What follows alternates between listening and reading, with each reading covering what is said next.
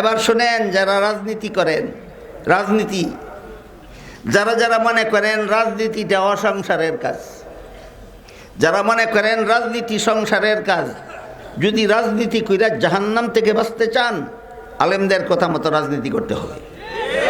কারণ কিভাবে রাজনীতি করলে হালাল হয় আর কিভাবে রাজনীতি করলে হারাম হয় আপনি জানেন না, একমাত্র আলেমরা জানে। প্রশ্ন জাগতে পারে, তাইলে আপনি বলে দেন কিভাবে রাজনীতি করলে হালাল হয় আর কিভাবে করলে হারাম হয়। হ্যাঁ, আমি বলে দেব, কিন্তু আমি যদি কই বাইয়া ভরব দই, আমি যদি কই বাইয়া ভরব দই, যেভাবে রাজনীতি করলে জনগণের অধিকার রক্ষা হয় সেইভাবে রাজনীতি করা হালাল।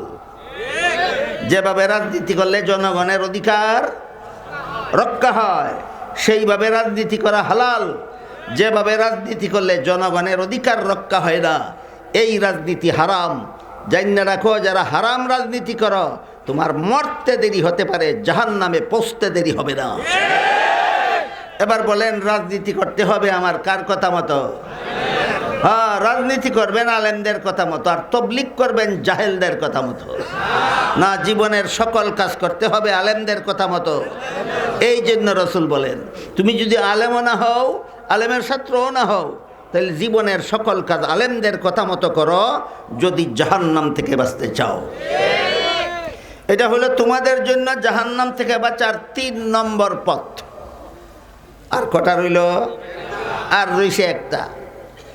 এমন কোনো পরিস্থিতি যদি কখনো দাঁড়ায় যে পরিস্থিতিতে আলেমের কথা শোনারও সুযোগ পাওয়া না যায়, যেমন একজন 10 বৎসরের জন্য জেলখানায় বন্দী হয়ে গেল, একজন 20 বৎসরের জন্য জেলখানায় বন্দী হয়ে গেল, একজন আজীবনের জন্য জেলখানায় বন্দী হয়ে গেল।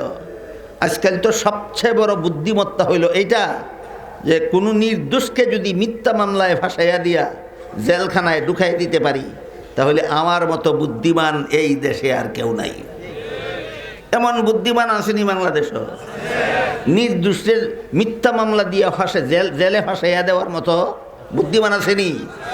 এই সমস্ত বুদ্ধিমানের একটা বিরাট পুরস্কারের কথা আছে হাদিসে। এইটা শুনেন, যে সমস্ত বুদ্ধিমানেরা নির্দোষদের বিরুদ্ধে মিথ্যা মামলা করে জেলে ঢুকাইয়া দেয়, এদের জন্য হাদিস শরীফে আল্লাহ রসুল বলেছেন, কেউ যদি জেনে শুনে কারো বিরুদ্ধে মিথ্যা মামলা করে আর কৌশলে আদালত থেকে রায়টাও পেয়ে যায়, তাহলে সে যেন মনে রাখে আদালতের রায় পাইছো না, জাহান্নামের সার্টিফিকেট পাইছো। এইটাই মিথ্যা মামলাবাজদের পুরস্কার। এটাই মিথ্যা মামলাবাজদের কি পুরস্কারটার নাম? জাহান্নামের সার্টিফিকেট। এই মিথ্যা মামলাবাজেরা খালি ময়রা দেখ তোর ঠিকানা যায় জাহান্নাম, ময়রা খালি দেখ তোর ঠিকানা জাহান্নাম। যদি তোর রসুল যদি মিথ্যা না বলে থাকেন, তোর রসুল বলে গেছেন মিথ্যা মামলা করে রায় নিছস, জাহান্নামের সার্টিফিকেট পাইছস, মরবে আর জাহান্নামে দেবে।